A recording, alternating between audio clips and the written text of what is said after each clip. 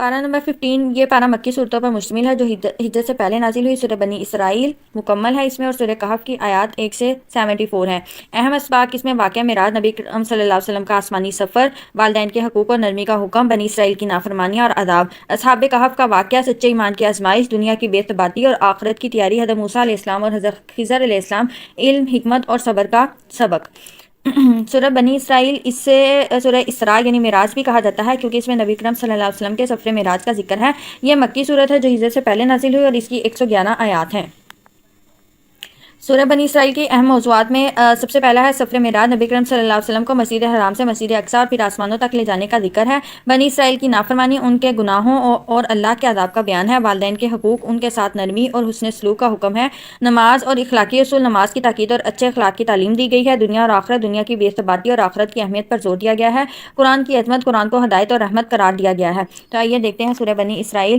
بسم اللہ الرحمن الرحیم، شروع اللہ کے نام سے جو بڑا مہربان نہایت رحم کرنے والا ہے۔ سبحان الذی اسریٰ بعبدہ لیلا من المسجد الحرام الی المسجد الاقصی، پاک ہے وہ اللہ جو اپنے بندے کو رات کے ایک حصے میں مسجد حرام سے مسجد اقصی تک لے گیا، جس کے ماحول کو ہم نے برکت دی ہے تاکہ ہم اسے اپنی کچھ نشانیاں دکھائیں، بے شک وہی خوب سننے والا خوب جاننے والا ہے۔ سب سے پہلے یہاں پہ کہا پاک ہے وہ یعنی یہاں پہ یہ کہا کہ اللہ کی ہر نقص سے برات بیان کی گئی ہے۔ عام طور پر اس کا استعمال ایسے موقعوں پر ہوتا ہے جب کسی عظیم الشان واقعے کا ذکر ہو۔ مطلب یہ ہوتا ہے کہ لوگوں کے نزدیک ظاہری اسباب کے اعتبار سے یہ واقعہ کتنا بھی محال ہو، اللہ کے لیے کوئی مشکل نہیں، وہ اس کے لیے اسباب کا پابند نہیں، وہ تو صرف کن کہتا ہے اور پلک جھپکنے کے ساتھ ہی وہ ہو جاتا ہے۔ آگے کہا جو اپنے بندے کو رات کے ایک حصے میں، اسرا کا معنی ہے رات کو لے جانا، اور لیلن اس لیے ذکر کیا گیا کہ رات کی قلت کی واضح ہو جائے اور اس کی تنوین سے یہ ثابت ہو رہا ہے یعنی رات کے ایک حصے یا تھوڑے سے حصے، یعنی 40 راتوں کا یہ دور دراز سفر پوری رات میں بھی نہیں بلکہ رات کے ایک چھوٹے سے حصے میں طے ہوا، اور یہ نبی صلی اللہ علیہ وسلم کا ایک عظیم معجزہ تھا۔ اقصی کہتے ہیں دور تر کو کہتے ہیں، یعنی مسجد بیت المقدس جو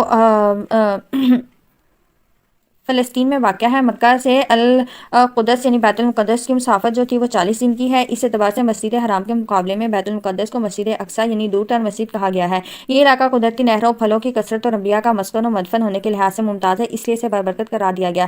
یہ اس سیر کا مقصد ہے کہ تاکہ ہم اپنے بندے کو عجائبات اور آیات کبریٰ دکھائیں، جن میں سے ایک آیت اور معجزہ یہ سفر بھی ہے کہ اتنا لمبا سفر رات کے قلیل حصے میں ہو گیا۔ نبی کریم صلی اللہ علیہ وسلم کو جو معراج ہوئی یعنی آسمانوں پر لے جایا گیا، وہاں مختلف آسمانوں پر انبیاء سے ملاقاتیں ہوئی، اور سدرۃ المنتہا پر جو عرش کے نیچے 7ویں آسمان پر ہے، اللہ تعالیٰ نے وحی کے ذریعے سے نماز اور دیگر چیزیں عطا کی، جس کی تفصیلات صحیح احادیث میں بیان ہوئی ہیں، اور صحابہ و تابعین سے لے کر آج تک امت کے تمام علماء اور فقہا اس بات کے قائل چلے آ رہے ہیں کہ یہ معراج حالت بیداری میں ہوئی۔ یہ خواب یا روحانی سیر یا مشاہدہ نہیں بلکہ حالت بیداری کا مشاہدہ ہے جو اللہ نے اپنی قدرت کاملہ سے اپنے پیغمبر کو کرایا۔ اس معراج کے 2 حصے ہیں۔ پہلا حصہ اسراء کہلاتا ہے جس کا ذکر یہاں کی بیان کیا گیا ہے، جو مسجد حرام سے مسجد اقصی تک کے سفر کا نام ہے، اور یہاں پہنچنے کے بعد نبی صلی اللہ علیہ وسلم نے تمام انبیاء کی امامت فرمائی۔ بیت المقدس سے پھر آپ کو آسمانوں پر لے جایا گیا۔ یہ اس سفر کا دوسرا حصہ ہے جسے معراج کہا جاتا ہے۔ اس کا تذکرہ سورہ نجم میں کیا گیا ہے اور باقی تفصیلات احادیث میں بھی بیان کی گئی ہیں۔ عام طور پر اس پورے سفر کو معراج سے ہی تعبیر کیا جاتا ہے۔ معراج سیڑھی کو کہتے ہیں، نبی صلی اللہ علیہ وسلم کی زبان مبارک سے نکلے ہوئے الفاظ ہیں، عرج بی الی السماء، مجھے آسمان پر چڑھایا گیا سے ماخوذ ہیں، کیونکہ اس سفر کا یہ دوسرا حصہ پہلے سے بھی زیادہ اہم اور عظیم الشان ہے، اس لیے معراج کا لفظ ہی زیادہ مشہور ہو گیا۔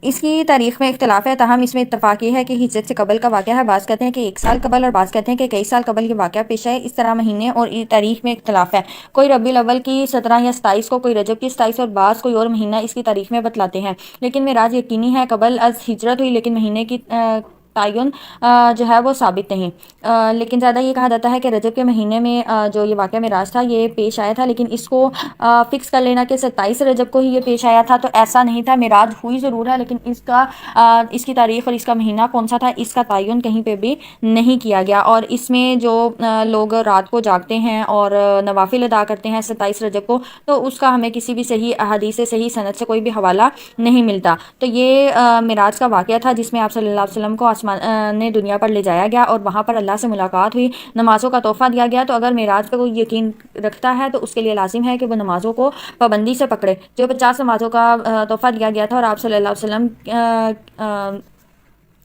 علیہ وسلم کے کہنے پر اور درخواست کرنے پر اللہ سبحانہ و تعالیٰ نے وہ 50 نمازیں کم کر کے 5 نمازیں کر دی۔ تو اب انسان کو چاہیے کہ وہ ان 5 نمازوں کو پابندی سے پکڑے اور پابندی سے ان کو سنت کے مطابق پورا کرے۔ اس کے علاوہ آپ صلی اللہ علیہ وسلم کو بہت سی اور بھی نشانیاں دکھائی گئی اور انبیاء کرام سے ملاقات ہوئی اور اس کے علاوہ انبیاء کرام کی جو امامت ہے وہ بھی کروائی گئی. تو یہ معراج ایک آپ صلی اللہ علیہ وسلم کا خاصہ ہے، آپ صلی اللہ علیہ وسلم کا ایک عظیم معجزہ ہے. بے شک وہی خوب سننے والا خوب دیکھنے والا ہے. اور ہم نے موسیٰ کو کتاب تورات دی اور ہم نے اسے بنی اسرائیل کے لیے ہدایت بنایا اور انہیں حکم دیا کہ تم میرے سوا کسی کو کارساز نہ ٹھہراؤ. ان لوگوں کی اولاد جنہیں ہم نے نوح کے ساتھ کشتی میں سوار کیا تھا، بے شک وہ شکر گزار بندہ تھا. اور ہم نے بنی اسرائیل کو کتاب تورات میں فیصلہ سنا دیا کہ تم زمین میں ضرور دوبارہ فساد ضرور کرو گے اور ضرور بہت بڑی سرکشی کرو گے. پھر جب دونوں میں سے پہلا وعدہ آیا تو ہم نے ان پر سخت جنگجو بندے بھیج دیے، چنانچہ وہ فساد انگیزی کے لیے شہروں کے درمیان گھس گئے اور یہ وعدہ پورا ہو گیا تھا. یہ وعدہ پورا کیا ہوا تھا. پھر ہم نے پھیر کر تمہیں ان میں غلبہ دیا اور تمہیں مال اور بیٹوں کے ساتھ مدد دی اور ہم نے تمہیں نفری میں خوب زیادہ کر دیا. اگر تم بھلائی کرو گے تو اپنے ہی نفس کے لیے کرو گے اور اگر برائی کرو گے تو وہ بھی اپنے ہی لیے ہوگی. پھر جب آخری بار کا وعدہ آیا تو ایک اور قوم تم پر غالب آئی تاکہ وہ تمہارے چہرے بگاڑ دے اور مسجد اقصیٰ میں داخل ہو جائیں جیسے پہلی بار اس میں داخل ہوئے تھے، اور تاکہ وہ جس پر غلبہ پائیں اسے یکسر تباہ کر دیں.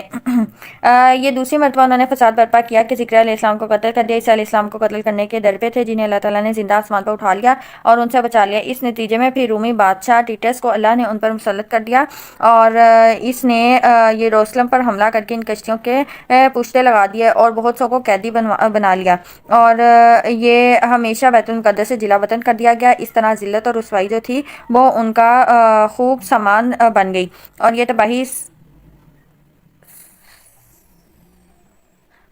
ان کے اعمال کی وجہ سے ان پر آئی تھی. یعنی ان کا سب کچھ جو تھا وہ لٹ گیا تھا. ان کے مذہبی صحیفے پاؤں تلے رون دیے گئے تھے. بیت المقدس ہیکل سلیمانی کو تاراج کیا اور بیت المقدس ان کے لیے جلا وطن کر دی گئی. تو یہ ان کی جو نافرمانیت تھی اس کی وجہ سے دوبارہ انہیں یہ تباہی کا سامنا کرنا پڑا. قریب ہے کہ تمہارا رب تم پر رحم کرے اور تم پھر دوبارہ سرکشی کرو گے تو ہم بھی دوبارہ وہی معاملہ کریں گے اور ہم نے جہنم کو کافروں کے لیے قید خانہ بنا رکھا ہے. بے شک یہ قرآن وہ راہ بتاتا ہے جو سب سے سیدھی ہے اور مومنوں کو بشارت دیتا ہے جو نیک کام کرتے ہیں اور یقیناً ان کے لیے بہت بڑا اجر ہے. اور یہ کہ بلا شبہ جو لوگ آخرت پر ایمان نہیں رکھتے ان کے لیے ہم نے نہایت دردناک عذاب تیار کیا ہے. اور انسان برائی کی دعا ایسے مانگتا ہے جیسے اس کی بھلائی کی دعا ہو اور انسان بہت عجلت والا ہے. اور ہم نے رات اور دن کو دو نشانیاں بنایا. پھر ہم نے رات کی نشانی تو بے نور کر دی اور دن کی نشانی روشن بنائی تاکہ تم اپنے رب کا فضل تلاش کرو اور تاکہ تم برسوں کی گنتی اور حساب جان لو. اور ہم نے ہر چیز خوب تفصیل سے بیان کر دی ہے اور ہم نے ہر انسان کا اعمال نامہ اس کی گردن میں لٹکا دیا ہے. اور قیامت کے دن ہم اسے اس کی ایک کتاب نکالیں گے جس سے وہ ملے گا اور وہ جبکہ وہ کھلی ہوگی کہا جائے گا اپنا اعمال نامہ پڑھ، آج تیرا نفس ہی تیرا حساب لینے والا کافی ہے. جس نے ہدایت پائی تو بس وہ اپنے نفس کے لیے ہدایت پاتا ہے اور جو گمراہ ہوتا ہے تو بس وہ اپنے نفس پر ہی گمراہ ہوتا ہے. اور کوئی بوجھ اٹھانے والا کسی دوسرے کا بوجھ نہیں اٹھائے گا، یعنی کسی ایک کا بدلہ تو کوئی دوسرا نہیں دے گا. اور ہم اس وقت تک کسی کو عذاب نہیں دیتے یہاں تک کہ ہم اس میں کوئی رسول بھیج دیں. اور جب ہم کسی بستی کو ہلاک کرنا چاہتے ہیں تو اس کے متکبر امراء کو حکم دیتے ہیں، پھر وہ اس میں نافرمانی کرنے لگتے ہیں اور چنانچہ اس بستی پر عذاب کی بات ثابت ہو جاتی ہے. تب ہم اسے مکمل طور پر تباہ کر ڈالتے ہیں. اور ہم نے نوح کے بعد کتنی ہی قومیں ہلاک کر دی اور آپ کا رب کافی ہے اپنے بندوں کے گناہوں کی خوب خبر رکھنے والا ہے، انہیں خوب دیکھنے والا ہے. جو کوئی جلدی والی دنیا چاہے تو ہم اسے دنیا میں جس کے لیے چاہیں جس قدر چاہیں جلد عطا کرتے ہیں، پھر اس کے لیے ہم جہنم ٹھہرا دیتے ہیں، وہ اس میں مذموم اور دھتکارا ہوا داخل ہوگا. اور جو آخرت چاہے اس کے لیے پوری صحیح کرے جبکہ وہ مومن ہو. تو یہی لوگ ہیں جن کی صحیح قابل قدر ہے. اور ہم ہر ایک کو آپ کے رب کی عطا سے نوازتے ہیں اور ان کو بھی جو تیرے رب کی عطا سے روکی ہوئی نہیں. دیکھیے کس طرح ہم نے بعض کو بعض پر فضیلت دی اور یقیناً آخرت درجوں میں بڑھ کر اور فضیلت دینے میں بھی بڑھ کر ہے. اور آپ اللہ کے ساتھ کوئی دوسرا معبود نہ ٹھہرائیں ورنہ آپ بھی مذمت کیے ہوئے اور بے کس ہو کر بیٹھے رہیں گے. اور آپ کے رب نے فیصلہ کر دیا کہ تم اس کے سوا کسی کی عبادت نہ کرو، والدین سے اچھا سلوک کرو. اگر ان دونوں میں سے ایک یا دونوں تمہارے پاس بڑھاپے کو پہنچ جائیں تو ان سے اف تک نہ کہہ اور انہیں مت جھڑک اور ان سے نرم لہجے میں ادب و احترام سے بات کر. یعنی اللہ کے ساتھ ایمان لانے کے بعد مومن ہونے کے بعد دوسرے نمبر پر والدین کے ساتھ حسن سلوک کا حکم دیا گیا ہے جس سے والدین کی اطاعت اور ان کی خدمت و ادب و احترام کی اہمیت واضح ہوتی ہے. یعنی ربوبت الہی کے تقاضوں کے ساتھ اطاعت والدین کے تقاضوں کی ادائیگی بھی بہت ضروری ہے.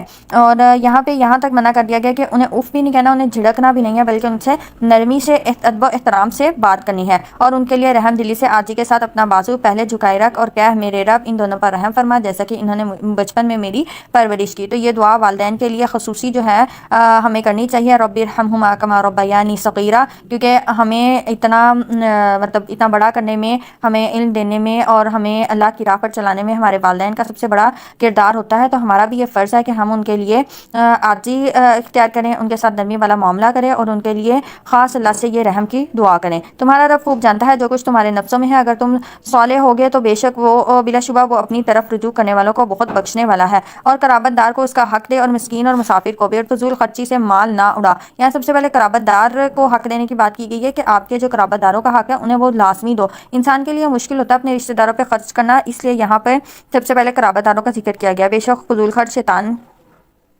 شیاطین کے بھائی ہیں اور شیطان اپنے رب کا سخت ناشکرا ہے۔ اور اگر تو اپنے رب کی رحمت تلاش کرنے کے لیے جس کی تو امید رکھتا ہے عزیز و اقارب سے اعراض ہی کرے تو ان سے ایسی بات کہے جس میں آسانی ہو، اور اپنا ہاتھ اپنی گردن کے ساتھ بندھا نہ رکھ اور نہ اسے پوری طرح کھول دے کہ پھر ملامت زدہ تھکا ہارا ہو کر بیٹھ رہے۔ بلا شبہ آپ کا رب جس کے لیے چاہے رزق کھول دیتا ہے اور تنگ بھی کر دیتا ہے، اور بے شک وہ اپنے بندوں کو کی خوب خبر رکھنے والا ہے اور خوب دیکھنے والا ہے۔ تم اپنی اولاد کو غریبی کے قتل سے ڈر نہ کرو، غریبی کے ڈر سے قتل نہ کرو اور نہ کرو، ہم انہیں بھی رزق دیتے ہیں اور تمہیں بھی، بے شک ان کا قتل کبیرہ گناہ ہے۔ اور تم زنا کے قریب مت جاؤ، یقیناً وہ بے حیائی اور بری راہ ہے۔ اور تم اس جان کو قتل نہ کرو جسے اللہ نے حرام کیا ہے سوائے حق کے، یعنی جس کو حق کے ساتھ قتل کرنا جائز ہے صرف تم اسی کو حق کے ساتھ قتل کرو۔ حق کے ساتھ قتل کرنے کا مطلب ہے قصاص میں قتل کرنا، جس کو انسانی معاشرے کی زندگی اور امن و سکون کے باعث قرار دیا گیا ہے۔ اسی طرح شادی شدہ زانی اور مرتد کو قتل کرنا بھی حق کے ساتھ قتل کرنا ہے۔ اور تو ان 4 صورتوں میں جو قتل ہے وہ جائز ہے، اور جو ظلم سے قتل کیا جائے تو ہم نے اس کے وارث کو غلبہ دیا ہے، چنانچہ وہ قتل قصاص میں زیادتی نہ کرے، بے شک وہ مدد کیا ہوا ہے۔ اور تم یتیم کے مال کے قریب نہ جاؤ سوائے اس کے جو احسن طریقہ ہو، حتیٰ کہ وہ اپنی جوانی کو پہنچ جائے، اور تم عہد پورا کرو، بے شک عہد کے بارے میں سوال کیا جائے گا۔ اور جب تم ماپ کر دو تو ماپ پورا کرو اور سیدھی ترازو سے تولو، اور بہترین اور انجام کے لحاظ سے بہت اچھا ہے۔ اور جس بات کا آپ کو علم ہی نہیں اس کے پیچھے نہ لگے، بے شک کان آنکھ دل ان میں سے ہر ایک کے بارے میں سوال کیا جائے گا، یعنی جس بات کا تمہیں نہیں پتا اس کے بارے میں تم کوئی ایسی بات نہ کرو جو غلط ہو جائے، کیونکہ تمہارے آنکھ کان اور دل جو بھی تمہارے اعضاء کر رہے ہیں ان کے بارے میں تم سے پوچھا جائے گا۔ اور زمین پر اکڑ کر مت چلو، بلا شبہ تو نہ تو کبھی زمین پھاڑ سکتا ہے اور نہ کبھی لمبائی میں پہاڑوں تک پہنچ سکتا ہے، اور یہ مذکورہ کام ان کی برائی آپ کے رب کے نزدیک ناپسندیدہ ہے۔ یہ وہ حکمت کی باتیں ہیں جو آپ کے رب نے آپ کی طرف وحی کی ہیں، اور اللہ کے ساتھ کوئی معبود نہ ٹھہراؤ اور نہ جہنم میں ملامت زدہ دھتکارے ہوئے ڈالے جاؤ گے۔ کیا پھر تمہارے رب نے تمہیں بیٹوں کے لیے چن لیا ہے اور اپنے لیے فرشتوں میں سے بیٹیاں بنا لی ہیں؟ بلا شبہ تم بہت بڑی نازیبا اور خطرناک بات کہتے ہو۔ اور ہم نے قرآن میں پھیر پھیر کر حقائق کو بیان کیا ہے تاکہ وہ نصیحت پکڑیں، لیکن یہ چیز ان کو نفرت میں ہی زیادہ کرتی ہے۔ کہہ دیجئے اگر اس کے ساتھ اور معبود ہوتے جیسا کہ وہ مشرک کہتے ہیں تو صاحب عرش یعنی اللہ تک پہنچنے کے لیے ضرور کوئی اور راہ تلاش کرتے۔ وہ پاک ہے، اور وہ مشرک جو کہتے ہیں اس سے کہیں زیادہ اعلیٰ اور بلند تر ہے۔ ساتوں آسمانوں میں اور زمین میں جو کچھ ان میں ہے اس اللہ کی تسبیح کرتے ہیں، اور کوئی چیز ایسی نہیں جو اس کی حمد کے ساتھ تسبیح نہ کرتی ہو، لیکن تم اس کی تسبیح کو نہیں سمجھتے۔ بے شک وہ نہایت حوصلے والا بہت بخشنے والا ہے۔ اور جب آپ قرآن پڑھتے ہیں تو ہم اس کو اور ان لوگوں کے درمیان جو آخرت پر ایمان نہیں لاتے ایک مخفی پردہ ڈال دیتے ہیں، اور ہم نے ان کے دلوں پر پردے ڈال رکھے ہیں اس سے کہ وہ اسے سمجھیں، اور ان کے کانوں میں گرانی ڈال دیتے ہیں۔ اور جب آپ قرآن میں اپنے اکیلے رب کا ذکر کرتے ہیں تو ان کی نفرت سے اپنی پیٹھوں کے بل پھر جاتے ہیں۔ ہم خوب جانتے ہیں جس غرض سے وہ اس قرآن کو سنتے ہیں، جب وہ آپ کی طرف کان لگاتے ہیں اور وہ خفیہ مشورے کرتے ہیں تب بھی، جبکہ ظالم کہتے ہیں جس کی اتباع کرتے ہو تو وہ تو جادو مارا شخص ہے۔ دیکھیے انہوں نے آپ کے لیے کس طرح سے مثالیں بیان کی، وہ گمراہ ہو گئے لہٰذا وہ راستہ نہیں پا سکتے۔ اور انہوں نے کہا کیا جب ہم ہڈیاں اور چورا ہو جائیں گے تو کیا ہم دوبارہ نئی پیدائش کر کے اٹھائے جانے والے ہیں؟ کہیے تم پتھر ہو یا لوہا ہو جاؤ یا کوئی اور مخلوق تمہارے سینوں میں بڑی معلوم ہوتی ہے، یعنی تم کسی ایسی چیز کو اپنے دل میں خیال کرو اور اس کی تخلیق کو تم خیال میں کرو جو تمہاری نظر میں بہت بڑی اور مشکل ہے، پھر وہ کہیں کون ہمیں دوبارہ لوٹائے گا؟ کہیے وہی ہے جس نے تمہیں پہلی بار پیدا کیا، پھر وہی اس کی طرف تعجب سے اپنے سر ہلائیں گے، کہیں گے وہ کب ہوگا؟ کہہ دیجئے امید ہے کہ وہ قریب ہو، جس دن وہ اللہ تمہیں بلائے گا، وہ تو تم اس کی حمد کرتے ہوئے تعمیل ارشاد کرو گے، اور تم خیال کرو گے کہ بس تھوڑا ہی عرصہ اس دنیا میں ٹھہرے ہو۔ اور میرے بندوں سے کہہ دیجئے کہ وہ بات کہیں جو احسن ہو، بے شک شیطان ان کے درمیان فساد ڈالتا ہے، بلا شبہ شیطان انسانوں کا کھلا دشمن ہے۔ تمہارا رب تمہیں بہتر جانتا ہے، اگر وہ چاہے تو تم پر رحم کرے، اور اگر چاہے تو تمہیں عذاب دے، اور ہم نے آپ کو ان پر ذمہ دار بنا کر نہیں بھیجا، یعنی آپ کا کام صرف ہدایت پہنچا دینا ہے، ہدایت پر عمل آپ نہیں کروا سکتے، اور آپ کا رب انہیں خوب جانتا ہے جو آسمانوں اور زمین میں ہے۔ اور یقیناً ہم نے بعض نبیوں کو بعض پر فضیلت دی، اور ہم نے داؤد کو زبور دی۔ کہہ دیجئے انہیں پکارو جنہیں تم اس کے سوا معبود سمجھتے ہو، نہ تو وہ تم میں سے کسی تکلیف کو ہٹانے کا کوئی اختیار رکھتے ہیں اور نہ ہی اسے بدلنے کا۔ جنہیں یہ مشرک لوگ پکارتے ہیں، وہ تو خود اپنے رب کے پہنچنے کا وسیلہ ڈھونڈتے ہیں کہ ان میں سے کون اللہ سے قریب تر ہو سکتا ہے، اور وہ اس کے رحمت کی امید رکھتے ہیں اور اس کے عذاب سے ڈرتے ہیں۔ بلا شبہ آپ کا رب عذاب سے ڈرنے آپ کے رب کا عذاب ڈرنے کی چیز ہے، اور کوئی بستی ایسی نہیں جسے ہم یوم قیامت سے پہلے ہلاک نہ کریں یا اسے شدید عذاب نہ دیں گے۔ کتاب لوح محفوظ میں لکھا ہوا ہے، اور ہمیں نشانیاں بھیجنے سے صرف اس چیز نے روکا کہ پہلے لوگوں نے ان کو جھٹلایا، اور ہم نے سمود کو ایک اونٹنی بطور واضح نشانی دی تھی، پھر انہوں نے اس پر ظلم کیا، اور ہم نے تو صرف ڈرانے کے لیے نشانیاں بھیجتے ہیں۔ یاد کریں جب ہم نے آپ سے کہا بے شک آپ کے رب نے لوگوں کا احاطہ کر رکھا ہے، اور ہم نے آپ کو معراج میں جو مشاہدہ کرایا اسے لوگوں کے لیے بس ایک آزمائش ہی بنایا ہے، اور اس درخت زقوم کو بھی جس پر قرآن میں لعنت کی گئی ہے، اور ہم انہیں ڈراتے ہیں، اور یہ ڈرانا تو بڑی سرکشی ان کی بڑی سرکشی ہی کو زیادہ کرتا ہے۔ یعنی یہ لوگ اللہ کے غلبہ اور تصرف میں ہیں، جو اللہ چاہے گا وہی ہوگا، اور جو وہ چاہیں گے، یعنی مراد یہاں اہل مکہ ہیں کہ وہ اللہ کے زیر اقتدار ہیں۔ آپ بے خوفی سے تبلیغ کرتے جائیں، وہ آپ کا کچھ نہیں بگاڑ سکتے۔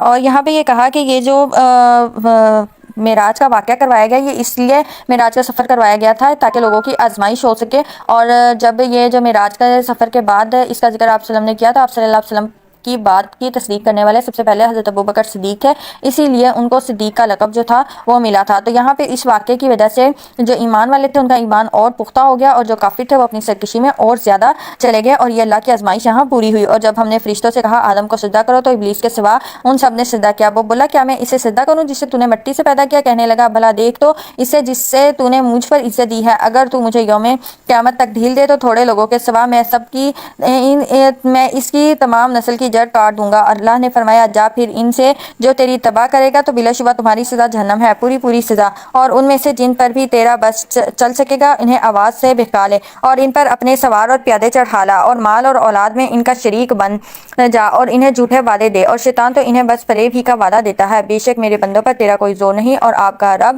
آپ کا کارساز کافی ہے۔ تمہارا رب تو وہی ہے جو تمہارے لیے سمندر میں کشتی چلاتا ہے تاکہ تم اس کے فضل سے تلاش کرو، بے شک وہ تم پر بڑا رحم کرنے والا ہے۔ اور جب سمندر میں تمہیں کوئی تکلیف پہنچے تو وہ جنہیں تم اس اللہ کے سوا پکارتے ہو گم جاتے ہیں، پھر جب وہ اللہ تمہیں خشکی کی طرف نجات دیتا ہے تو تم منہ موڑ لیتے ہو، اور انسان بڑا ہی ناشکرا ہے۔ کیا پھر تم اسے بے خوف ہو گئے ہو کہ وہ تمہیں خشکی کی جانب زمین میں دھنسا دے، یا تم پر سنگریزوں والی سخت آندھی بھیج دے، پھر تم اپنے لیے کوئی کارساز نہ پا سکو؟ کیا تم بے خوف ہو گئے ہو کہ وہ تمہیں دوبارہ اس سمندر میں لوٹا دے، پھر تم پر توڑ دینے والی طوفانی ہوا بھیجے تو تمہارے کفر کے سبب تمہیں غرق کر دے، پھر تم اپنے لیے ہمارے خلاف اس پر کوئی ہمارا پیچھا کرنے والا بھی نہ پاؤ؟ اور بلا شبہ یقیناً ہم نے بنی آدم کو عزت دی ہے، اور انہیں بحر و بھر میں سواریاں دی ہیں، اور انہیں پاکیزہ چیزوں میں سے رزق دیا، اور انہیں اپنی کثیر مخلوقات پر جنہیں ہم نے پیدا کیا فضیلت دی ہے۔ جس دن ہم تمام انسانوں کو ان کے امام کے ساتھ بلائیں گے، پھر جسے اس کا اعمال نامہ اس کے دائیں ہاتھ میں دیا گیا تو وہ اپنا اعمال نامہ پڑھیں گے، اور ان پر گٹھلی کے دھاگے کے برابر بھی ظلم نہ کیا جائے گا، اور جو اس دنیا میں اندھا رہا وہ آخرت میں بھی اندھا اور راہ سے بہت زیادہ بھٹکا ہوا رہے گا۔ اور بلا شبہ قریب تھا کہ ہم نے آپ کی طرف جو وحی کی ہے، کافر آپ کو اس سے پھسلا دیتے تاکہ آپ ہم پر اس کے علاوہ کچھ اور گڑھ لیں، اور تب وہ ضرور آپ کو اپنا ولی دوست بنا لیتے، اور اگر ہم آپ کو ثابت قدم نہ رکھتے تو بلا شبہ قریب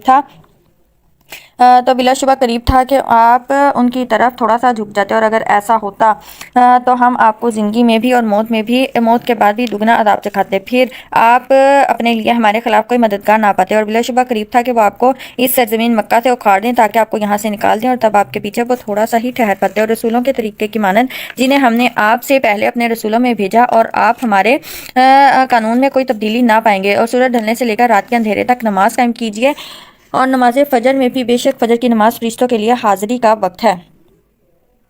یعنی اس وقت جو ہے فرشتے حاضر کیے جاتے ہیں اور فرشتوں کا اجتماع ہوتا ہے. اور ایک حدیث میں آتا ہے کہ رات والے فرشتے جب اللہ کے پاس جاتے ہیں تو اللہ تعالیٰ ان سے پوچھتا ہے، حالانکہ وہ خود خوب جانتا ہے، تو میرے بندوں کو کس حال میں چھوڑا ہے؟ فرشتے کہتے ہیں کہ ہم ان کے پاس گئے تھے، اس وقت بھی وہ نماز پڑھ رہے تھے، اور جب ہم ان کے پاس سے آئے ہیں تو انہیں نماز پڑھتے ہوئے ہی چھوڑ آئے ہیں. تو یہاں پہ اسی لیے کہا کہ تم جو ہے فجر کی نماز جو ہے اس کو بھی لازم پکڑو، اور وہ فرشتوں کے حاضر ہونے کا وقت ہے، اور رات کے کچھ حصے میں یعنی تہجد کے وقت بھی آپ اس قرآن کے ساتھ تہجد پڑھیں، یہ آپ کے لیے زائد ہے. امید ہے کہ آپ کا رب آپ کو مقام محمود پر کھڑا کرے گا، اور کہیے اے میرے رب داخل کرنا اور نکال مجھے سچا نکالنا، اور مجھے اپنے پاس سے مدد دینے والا غلبہ عطا کر. آپ کہیں بھی جا رہے ہیں کسی بھی کام کے لیے تو اس دعا کو لازمی پڑھا کریں. ربی ادخلنی مدخل صدق واخرجنی مخرج صدق واجعل لی من لدنک سلطانا نصیرا. اور یہ اللہ کی مدد کی بہترین جو ہے چیز ہے کہ آپ اس دعا کے ساتھ اللہ کی مدد حاصل کرتے ہوئے اپنے اس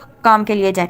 اور کہیے حق آ گیا اور باطل مٹ گیا، بے شک باطل تو مٹنے ہی والا ہے، اور ہم قرآن میں سے جو نازل کرتے ہیں وہ مومنوں کے لیے شفا اور رحمت ہے، اور وہ ظالموں کو خسارے میں ہی زیادہ کرتا ہے. اور جب ہم انسان پر انعام کریں تو وہ منہ موڑ لیتا ہے اور اپنا پہلو دور کر لیتا ہے، اور جب اسے تکلیف پہنچے تو وہ بہت مایوس ہو جاتا ہے. کہہ دیجیے ہر کوئی اپنے طریقے پر عمل کرتا ہے، چنانچہ تمہارا رب خوب جانتا ہے کہ کون زیادہ سیدھے راستے پر ہے. اور وہ آپ سے روح کے متعلق سوال کرتے ہیں، کہیے روح میرے رب کے حکم سے ہے، اور تمہیں تو بہت ہی تھوڑا علم دیا گیا ہے، اور البتہ اگر ہم چاہیں تو ضرور اسے لے جائیں. اور جو کچھ ہم نے آپ کی طرف وحی کی ہے پھر آپ ہمارے مقابلے میں کوئی اپنا حمایتی نہ پائیں گے سوائے آپ کے رب کی رحمت کے، بے شک آپ پر اس کا فضل بہت زیادہ ہے. اور کہہ دیجئے البتہ اگر تمام انسان اور جن اس بات پر جمع ہو جائیں کہ اس قرآن کی مثل لائیں تو وہ اس کی مثل نہ لا سکیں گے، اگرچہ وہ ایک دوسرے کے مددگار بھی بن جائیں. اور بلا شبہ ہم نے اس قرآن میں لوگوں کے لیے ہر مثال پھیر پھیر کر بیان کی ہے، پھر بھی اکثر لوگوں نے انکار کیا مگر کفر کرنے سے انکار نہیں کیا. وہ بولے ہم تجھ پر ہرگز ایمان نہیں لائیں گے یہاں تک کہ تو ہمارے لیے زمین سے چشمہ جاری کر دے، یا تیرے لیے کھجور اور انگوروں کا ایک باغ ہو، پھر تو اس باغ کے درمیان جگہ جگہ نہریں جاری کر دے، یا تو آسمان کے ٹکڑے ٹکڑے کر دے ہم پر گرا دے، تو جیسے تو کہا کرتا ہے کہ اللہ کو اور فرشتوں کو سامنے لے آئے، یا تیرے لیے سونے کا گھر ہو، یا تو آسمان میں چڑھ جائے، اور ہم تیرے چنے پر ہرگز ایمان نہیں لائیں گے حتیٰ کہ ہم پر ایک کتاب اتار لایا ہے جسے ہم پڑھیں کہ یہ میرا رب پاک ہے، میں تو بس ایک بشر رسول ہوں. اور لوگوں کے پاس ہدایت آ جانے کے بعد ان کو ایمان لانے میں صرف اس چیز نے روکا کہ انہوں نے کہا کہ اللہ نے بشر رسول بھیجا ہے. کہہ دیجیے اگر زمین میں فرشتے ہوتے جو یہاں مطمئن ہو کر چلتے پھرتے تو ہم آسمان سے ان پر کوئی فرشتہ ہی رسول بنا کر نازل کرتے. کہہ دیجیے میرے اور تمہارے درمیان اللہ بطور گواہ کافی ہے، بے شک وہ اپنے بندوں سے وہ باخبر ہے اور انہیں خوب دیکھنے والا ہے. اور جسے اللہ ہدایت دے تو وہی ہدایت یافتہ ہے، جسے وہ گمراہ کرے تو آپ ان کے لیے اللہ کے سوا کوئی دوست ہرگز نہ پائیں گے. اور ہم انہیں یوم قیامت چہرے کے بل اندھے گونگے اور بہرے اٹھائیں گے، اور ان کا ٹھکانہ جہنم ہوگا. جب بھی وہ بجھنے لگے گی تو ہم ان کے لیے اور بھڑکا دیں گے. استغفر اللہ. یہ ان کی سزا ہے کیونکہ انہوں نے ہماری آیات کا انکار کیا، اور کہا کیا جب ہم ہڈیاں اور چورا ہو جائیں گے تو یقیناً ہم دوبارہ نئی تخلیق کے طور پر اٹھائے جانے والے ہیں. کیا انہوں نے نہیں دیکھا کہ بے شک جس نے آسمان اور زمین کو تخلیق کیا وہ اس پر قادر ہے کہ ان جیسے پھر تخلیق کر دے. اور اس اللہ نے ان کے لیے ایک وقت مقرر کیا ہے جس میں کوئی شک نہیں. پھر ان ظالموں نے انکار کیا مگر کفر کرنے سے انکار نہ کیا. کہہ دیجیے اگر تم میرے رب کی رحمت کے خزانوں کے مالک ہوتے تو اس وقت تم انہیں خرچ ہو جانے کے ڈر سے ضرور روک لیتے، اور انسان نہایت ہی بخیل ہے. اور ہم نے موسیٰ کو انوکھی نشانیاں دی، چنانچہ آپ بنی اسرائیل سے پوچھیں. جب وہ ان کے پاس آیا تو فرعون نے ان سے کہا اے موسیٰ تو بے شک میں تجھے سحر زدہ سمجھتا ہوں. اور اس موسیٰ نے کہا تو یقیناً جان چکا ہے کہ یہ چیزیں آسمانوں اور زمین کے رب نے ہی واضح دلائل بنا کر غور کرنے کے لیے نازل کی ہیں. اور اے فرعون میں تجھے ہلاک کیا ہوا سمجھتا ہوں. پھر اس فرعون نے ارادہ کیا کہ انہیں زمین سے اکھاڑ دے، تو ہم نے اسے اور اس کے سب ساتھیوں کو غرق کر دیا. اور اس کے بعد ہم نے بنی اسرائیل سے کہا کہ اس زمین میں رہو، پھر جب آخرت کا وعدہ آئے گا تو ہم تم سب کو سمیٹ لائیں گے. اور ہم نے اس قرآن کو حق کے ساتھ ہی نازل کیا، اور یہ حق ہی کے ساتھ نازل ہوا. اور ہم نے آپ کو صرف بشارت دینے والا اور ڈرانے والا بنا کر بھیجا ہے. اور قرآن کو ہم نے جدا جدا کر کے نازل کیا تاکہ آپ اسے لوگوں کو ٹھہر ٹھہر کر سنائیں. اور ہم نے اسے بتدریج ہی نازل کیا ہے. کہہ دیجئے اس پر ایمان لاؤ اور یا ایمان نہ لاؤ، بلا شبہ جنہیں اسے پہلے علم دیا گیا تھا جب ان پر تلاوت کی جاتی ہے تو وہ اپنی ایڑیوں کے بل سجدہ کرتے ہوئے گر پڑتے ہیں، اور وہ کہتے ہیں پاک ہے ہمارا رب، بے شک رب کا وعدہ ضرور پورا ہونا ہے. اور وہ روتے ہوئے اپنی ایڑیوں کے بل گر پڑتے ہیں. یہ قرآن ان کے خشوع کو زیادہ کرتا ہے. کہہ دیجئے اللہ کو اللہ کہہ کر پکارو یا رحمان کہہ کر، تم جس نام سے بھی پکارو تو اسی کے لیے اچھے سے اچھے نام ہیں. اور اپنی نماز نہ بلند آواز میں پڑھیں نہ بالکل ہی پست آواز میں، بلکہ اس کے بین بین راستہ اختیار کریں. اور کہہ دیجئے ساری حمد اللہ کے لیے ہے جس نے اپنے لیے کوئی اولاد نہیں بنائی اور نہ بادشاہی میں اس کے لیے کوئی شریک ہے، اور نہ اسے کمزوری کی وجہ سے کوئی حمایتی درکار ہے اور آپ اس اللہ کی بڑائی بیان کریں، کمال درجے کی بڑائی، کیونکہ وہ اس لائق ہے کہ اس کی بڑائی بیان کی جائے۔ یہاں ہماری سورہ بنی اسرائیل جو ہے وہ مکمل ہوئی۔ اس کے اہم اسباق دیکھتے ہیں۔ اللہ پر ایمان اور نماز کی پابندی ضروری ہے۔ والدین کے ساتھ نرمی اور ادب سے پیش آئیں۔ دنیاوی مال و دولت فانی ہے، آخرت کی فکر کریں۔ قرآن کو رہنمائی سمجھ کر اس پر عمل کریں۔ یہ صورت اللہ کی قدرت، نبی اکرم صلی اللہ علیہ وسلم کے معجزات اور اخلاق کے اصولوں کی وضاحت کرتی ہے۔ آگے سورہ کہف کا آغاز کرتے ہیں۔ سورہ کہف کا معنی غار ہے، کیونکہ اس میں اصحاب کہف غار والے نوجوانوں کا واقعہ بیان کیا گیا ہے۔ یہ مکی صورت ہے جو ہجرت سے پہلے نازل ہوئی۔ اس کی 110 آیات ہیں۔ سورہ کہف کے اہم موضوعات: اصحاب کہف کا واقعہ، چند نوجوانوں نے ایمان کی حفاظت کے لیے غار میں پناہ لی اور اللہ نے انہیں کئی سال تک سلا دیا۔ دنیا کی بے ثباتی، مال و دولت عارضی ہیں، اصل کامیابی ایمان اور نیک اعمال میں ہے۔ دو باغوں والے شخص کا قصہ، ایک مغرور شخص کا انجام جو اپنے مال پر گھمنڈ کرتا ہے۔ حضرت موسیٰ اور حضرت خضر علیہ السلام، علم، حکمت اور اللہ کی مصلحتوں کا بیان، اور ذوالقرنین کا قصہ، ایک نیک بادشاہ جس نے یاجوج ماجوج کے خلاف دیوار بنائی۔ سورہ کہف کا آغاز کرتے ہیں۔ بسم اللہ الرحمن الرحیم، شروع اللہ کے نام سے جو بڑا مہربان نہایت رحم کرنے والا ہے۔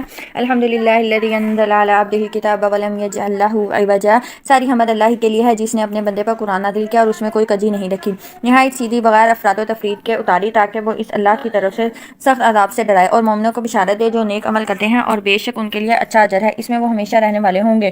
لوگوں کو ڈرائے جنہوں نے کہا کہ اللہ نے کوئی اولاد بنائی ہے، نہ انہیں اس بات کا کوئی علم ہے نہ ان کے باپ دادا کو، بڑی ہی خطرناک بات ہے جو ان کے منہوں سے نکلتی ہے، وہ تو سراسر جھوٹ ہی بکتے ہیں، پھر شاید آپ تو خود ان کے پیچھے غم سے ہلاک کرنے والے ہیں اگر یہ کافر اس بات یعنی قرآن پر ایمان نہ لائے۔ بلا شبہ ہم نے جو کچھ روئے زمین پر ہے اسے اس کی زینت بنایا ہے تاکہ ہم انہیں آزمائیں کہ ان میں عمل کے لحاظ سے کون زیادہ اچھا ہے، اور جو کچھ اس زمین پر ہے بلا شبہ یقیناً ہم اسے چٹیل میدان بنا دینے والے ہیں۔ کیا آپ نے خیال کیا ہے کہ غار اور کتبے والے ہماری نشانیوں میں سے ایک عجیب نشانی تھے؟ جب ان نوجوانوں نے غار کی طرف پناہ لی تو انہوں نے کہا، اے ہمارے رب، ہمیں اپنے پاس سے رحمت دے اور ہمارے لیے ہمارے معاملے میں صحیح رہنمائی فرما۔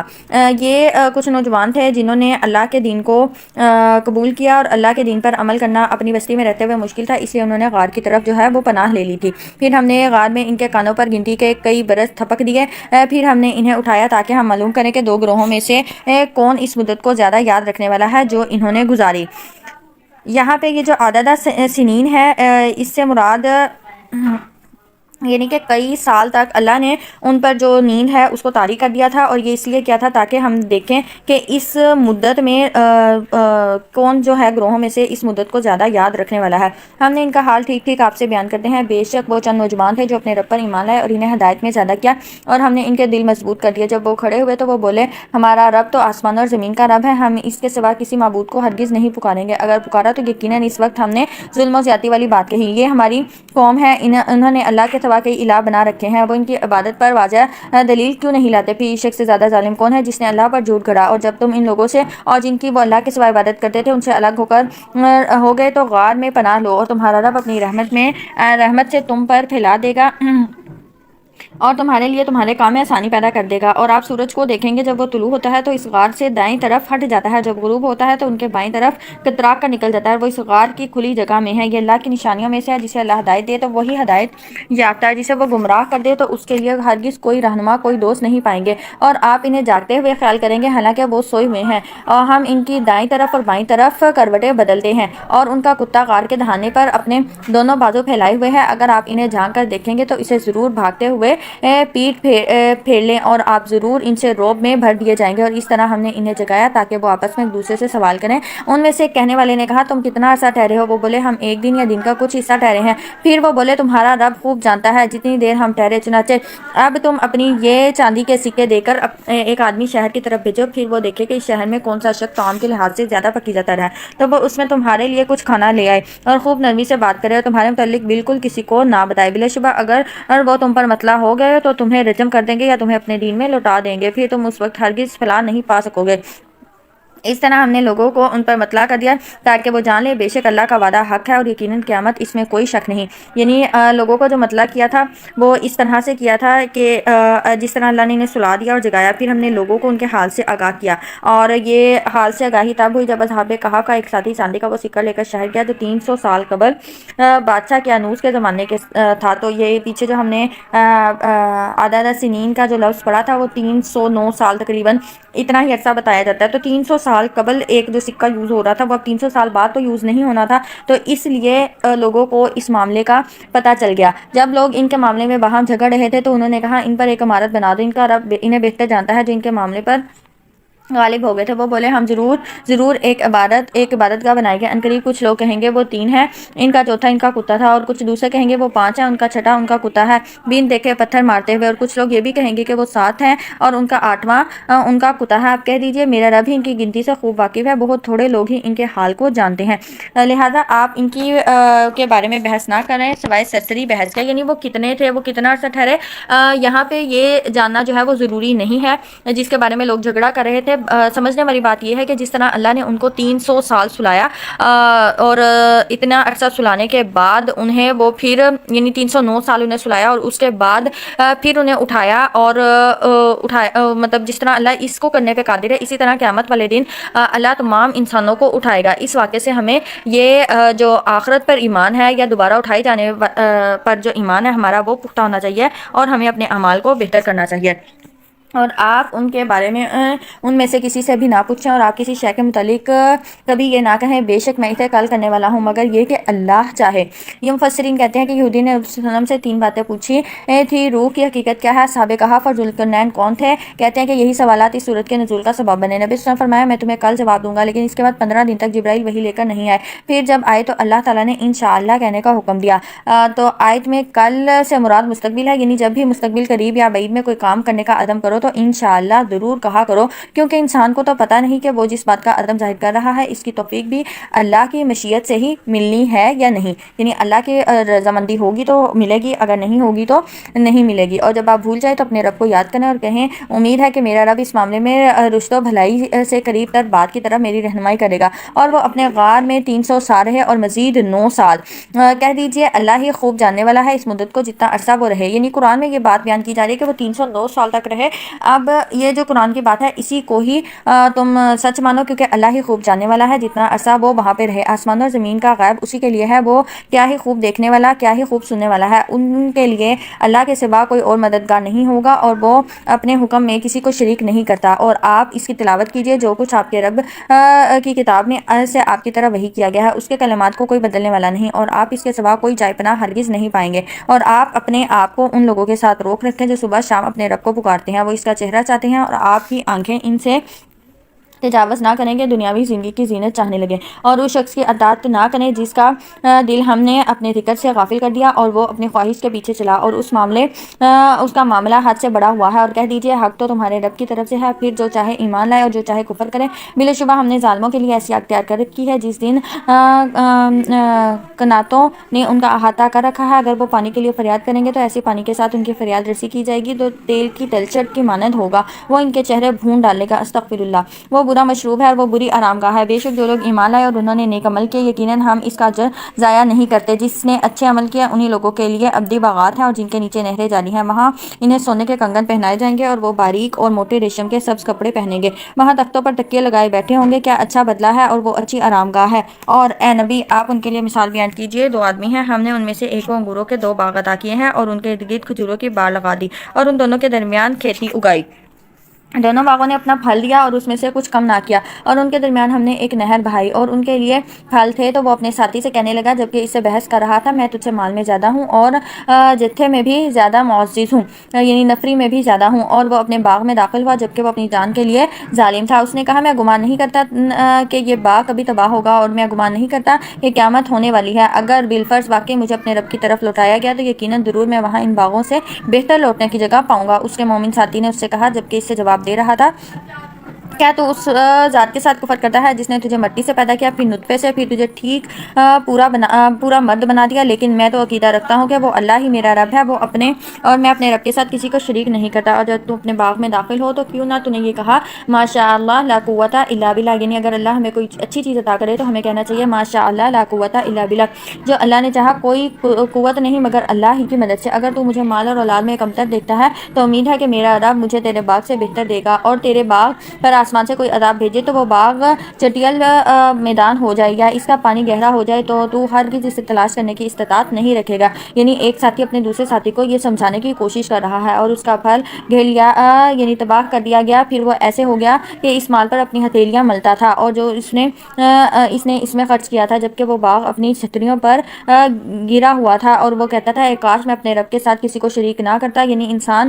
کے پاس آخرت میں بھی ملامت کے سوا کچھ باقی نہیں رہے گا، تو اس لیے ضروری ہے کہ انسان اپنے اعمال کو ابھی سے ہی بہتر کر لے، اور اس کے لیے کوئی ایسا گروہ نہیں تھا جو اللہ کے سوا اس کی مدد کرتے اور نہ وہ خود ہی اس کو بدلنے والا تھا۔ وہاں تو تمام اختیار اللہ سچے ہی کے لیے ہیں، وہ ثواب دینے میں بہتر ہے اور انجام کے لحاظ سے بھی زیادہ اچھا ہے۔ اور ان کی دنیاوی زندگی کی مثال بیان کیجیے، جیسے پانی جسے ہم نے آسمان سے نازل کیا، پھر اس میں زمین کی نباتات خوب مل جل گئی، پھر وہ چورا چورا ہو گئی جسے ہوائیں اڑا لے جاتی ہیں۔ اللہ ہر شے پر بہت قدرت رکھنے والا ہے۔ یعنی دنیا کی جو مثال ہے، دنیا کی زندگی کی مثال وہ ایسی ہی ہے کہ وہ نباتات جو ہیں وہ چورا چورا ہو جائیں اور پھر ہوائیں جو ہیں ان کو اڑا لے جائیں، اور مال اور بیٹے تو دنیاوی زندگی کی زینت ہے اور آپ کے رب کے ہاں باقی رہنے والی نیکیاں ہیں، وہی اجر و ثواب میں بہتر اور امید لگانے کے اعتبار سے بھی بہتر ہے۔ اور جس دن ہم پہاڑوں کو چلائیں گے اور آپ زمین کو صاف صاف کھلی میدان کی طرح دیکھیں گے اور ہم ان کو اکٹھا کریں گے، چنانچہ ہم ان میں سے کسی کو بھی نہیں چھوڑیں گے اور وہ آپ کے رب کے سامنے سب واسطہ پیش کیے جائیں گے۔ کہا جائے گا یقیناً تم ہمارے پاس ایسے آئے ہو جیسے ہم نے تمہیں پہلی بار پیدا کیا تھا، بلکہ تم سمجھتے ہو کہ ہم تمہارے لیے وعدے کا کوئی مقرر وقت نہیں کریں گے۔ ہر ایک کا اعمال نامہ سامنے رکھ دیا جائے گا، پھر آپ مجرموں کو دیکھیں گے کہ وہ اس تحریر سے ڈر رہے ہوں گے اور کہیں گے ہائے ہماری بدبختی، کیسا ہے یہ اعمال نامہ جو نہیں چھوڑا کسی چھوٹے اور نہ بڑے عمل کو، مگر اس نے اسے شمار کر رکھا ہے اور انہوں نے جو عمل کیے تھے حاضر پائیں گے، اور آپ کا رب کسی پر ظلم نہیں کرے گا۔ اور جب ہم نے فرشتوں سے کہا کہ تم آدم کو سجدہ کرو تو ابلیس کے سوا سب نے سجدہ کیا اور وہ جنوں میں سے تھا، چنانچہ اس نے اپنے رب کے حکم کی نافرمانی کی۔ کیا پھر بھی تم مجھے چھوڑ کر اسے اور اس کے اولاد کو دوست بناتے ہو، جبکہ وہ تمہارے دشمن ہے اور وہ شیطان ظالموں کے لیے بطور بدل برا ہے۔ میں نے انہیں نہ آسمانوں اور زمین کے پیدا کرنے میں گواہ حاصل کیا تھا اور نہ ہی خود ان کے پیدا کرنے میں گمراہ کرنے والوں کو مددگار بنانے والا نہیں۔ اور جس دن وہ اللہ کہے گا پکارو میرے ان شریکوں کو جنہیں تم میرا شریک سمجھتے تھے، پھر وہ انہیں پکاریں گے مگر وہ انہیں کوئی جواب نہ دیں گے اور ہم ان کے درمیان ہلاکت گاہ بنا دیں گے۔ اور مجرم آگ کو دیکھیں گے تو یقین کریں گے بے شک وہ اس میں گرنے والے ہیں اور وہ اس سے پھرنے کی کوئی جگہ نہ پائیں گے۔ اور ہم نے اس قرآن کو لوگوں کے لیے پھیر پھیر کر ہر قسم کی مثالیں بیان کی ہیں اور انسان تمام چیزوں سے زیادہ جھگڑالو ہے اور لوگوں کو ایمان لانے سے نہیں روکا جب ان کے پاس ہدایت آ گئی اور اپنے رب سے استغفار کرنے میں، مگر اس بات نے کہ وہ چاہتے ہیں انہیں پہلے لوگوں کا سا معاملہ پیش آئے گا، ان پر عذاب بالکل سامنے سے آ جائے۔ اور ہم نے رسولوں کو نہیں بھیجتے مگر لوگوں کو خوشخبری دینے والے اور ڈرانے والے، اور کافر لوگ تو باطل طریقے سے ہی جھگڑتے ہیں تاکہ اس کے ساتھ حق کو باطل کر دیں، اور انہوں نے ہماری آیات کو جس چیز سے ڈرائے گئے استہزاء بنا لیا۔ اور اس سے زیادہ ظالم کون ہے جسے اس کے رب کے آیات سے نصیحت کی جائے تو وہ اسے منہ موڑ لے اور جو کچھ اس کے دونوں ہاتھوں نے آگے بھیجا ہے اسے بھول جائے۔ بے شک ہم نے ان کے دلوں پر پردے ڈال دیے ہیں اس سے کہ وہ اس قرآن کو سمجھے، اور ان کے کانوں میں گرانی ڈال دی، اور اگر آپ انہیں ہدایت کی طرف بلائیں تو تب وہ ہرگز ہدایت نہ پائیں گے کبھی بھی، اور آپ کا رب خوب بخشنے والا نہایت رحمت والا ہے۔ اگر وہ ان کے کیے پر انہیں پکڑے تو یقیناً ان کے لیے جلدی ہے عذاب جلدی لائے، بلکہ ان کے لیے وعدے کا مقرر وقت ہے، وہ ہرگز اس سے بچنے کی کوئی جائے پناہ نہیں پائیں گے۔ اور یہ بستیاں ہم نے انہیں ہلاک کیا جب انہوں نے ظلم کیا، اور ہم ان کی ہلاکت کے لیے ایک مقرر وقت طے کیا تھا۔ جو موسیٰ علیہ السلام نے اپنے جوان یوشع بن نون سے کہا میں تو چلتا ہی رہوں گا یہاں تک کہ دو دریا کے سنگم پر پہنچ جاؤں، یا میں مدت دراز کرا لوں، چلتا ہی رہوں گا۔ یہاں پہ یہ جو واقعہ ہے، نوجوان یہاں مراد یوشع بن نون ہے جو موسیٰ علیہ السلام کی وفات کے بعد ان کے جانشین بنے تھے۔ یہاں پہ اب موسیٰ علیہ السلام اور خضر علیہ السلام کے واقعے کا بیان جو ہے وہ کیا جا رہا ہے۔ یعنی موسیٰ علیہ السلام کو جہاں خضر علیہ السلام سے ملنا تھا اس جگہ کے تعین کا بتایا کہ اس مقام کا تعین کسی یقینی ذریعہ سے نہیں ہو سکتا، تاہم قرائن کا اقتضاء یہ ہے کہ اس سے مراد صحرائے سینا کا وہ جنوبی راس ہے جہاں خلیج عقبہ خلیج سویلس دونوں آ کر ملتے ہیں، اور بحیرہ احمر میں یعنی 70-80 سال اور دوسرے بحیرہ احمر میں اعظم ہو جاتے ہیں۔ دوسرے مقامات پر جن کا مفسرین ذکر کیا، ان پر سرے میں مجمل بحرین کی تعبیر سے صادق نہیں آتی، یعنی یہاں پہ وہ صرف یہاں پہ وہ تعین کیا گیا ہے کہ دو دریاؤں کے سنگم پر پہنچنا ہے۔ پھر جب وہ ان دونوں دریاؤں کی آپس میں ملنے کی جگہ پر پہنچے تو وہ اپنی مچھلی بھول گئے، سو اس نے دریا پر سرنگ نما اپنا راستہ بنا لیا۔ پھر جب دونوں آگے گزر گئے تو موسیٰ نے اپنے جوان سے کہا کہ ہمیں ہمارا ناشتہ دے، بلا شبہ اپنے سفر سے ہم تھکاوٹ سے دو چار ہوئے ہیں۔ وہ بولا، بھلا آپ نے دیکھا کہ جب ہم چٹان کے پاس ٹھہرے تھے تو بے شک میں مچھلی بھول گیا، اور مجھے وہ نہیں بھلائی مگر شیطان نے ہی کہ میں اسے یاد رکھوں، اور اس نے عجیب طرح سے دریا میں اپنا راستہ بنایا۔ اس نے کہا، یہی تو ہے جو ہم تلاش کر رہے تھے۔ پھر وہ اپنے قدموں کے نشانات کی اتباع کرتے ہوئے لوٹے، چنانچہ ان دونوں نے ہمارے بندوں میں سے ایک بندے خضر کو پایا جسے ہم نے اپنی طرف سے رحمت دی تھی، اور ہم نے اسے اپنے پاس سے خاص علم سکھایا تھا۔ موسیٰ علیہ السلام نے کہا، کیا میں اس شرط پر تیری اتباع کروں کہ تو مجھے اس سے سکھائے جو تجھے بھلائی سکھائی گئی ہے؟ اور وہ بولا، بے شک تو میرے ساتھ ہرگز صبر نہ کر سکے گا جو چیز تیرے احاطہ علم میں نہیں، تو اس پر صبر کیسے کرے گا؟ موسیٰ علیہ السلام نے کہا، یقیناً انشاءاللہ تو مجھے صابر پائے گا اور میں کسی بھی حکم میں تیری نافرمانی نہیں کروں گا۔ خضر علیہ السلام نے کہا، پھر اگر تو نے میری اتباع کرنی ہے تو کسی شے کے بارے میں مجھ سے سوال نہ کرنا، یہاں تک کہ میں خود اس کا ذکر تجھ سے شروع کروں۔ پھر وہ دونوں چلے۔ جب وہ کشتی میں سوار ہوئے تو خضر علیہ السلام نے کشتی میں شگاف کر دیا۔ موسیٰ علیہ السلام نے کہا، تو نے اس میں شگاف کر دیا یہاں کہ اس کشتی والوں کو غرق کر دے، تو نے تو بڑا ہولناک اور انوکھا کام کیا ہے۔ خضر علیہ السلام نے کہا، کیا میں نے نہ کہا تھا کہ تو یقیناً میرے ساتھ صبر کرنے کی استطاعت ہرگز نہیں رکھے گا؟ موسیٰ علیہ السلام نے کہا، میری بھول چوک پر تو مجھے نہ پکڑ اور میرے معاملے میں مجھے مشکل میں نہ ڈال۔ پھر وہ دونوں چلے، یہاں تک کہ جب وہ دونوں ایک لڑکے سے ملے تو اس خضر نے اسے قتل کر دیا۔ اور موسیٰ علیہ السلام نے کہا، کیا تو نے ایک پاک بے گناہ نفس کو کسی جان کے قصاص کے بغیر قتل کیا ہے؟ یقیناً تو نے بہت ہی برا کام کیا ہے۔ یہاں پہ یہ جو موسیٰ علیہ السلام اور خضر علیہ السلام کا واقعہ ہے، یہاں پہ ہمارا جو پارہ ہے وہ مکمل ہوا۔ باقی جو واقعہ ہے انشاءاللہ وہ ہم پارہ نمبر 16 میں دیکھیں گے۔ اپنا بہت سارا خیال رکھیے گا، انشاءاللہ پھر ملاقات ہوگی۔ السلام علیکم ورحمۃ اللہ وبرکاتہ۔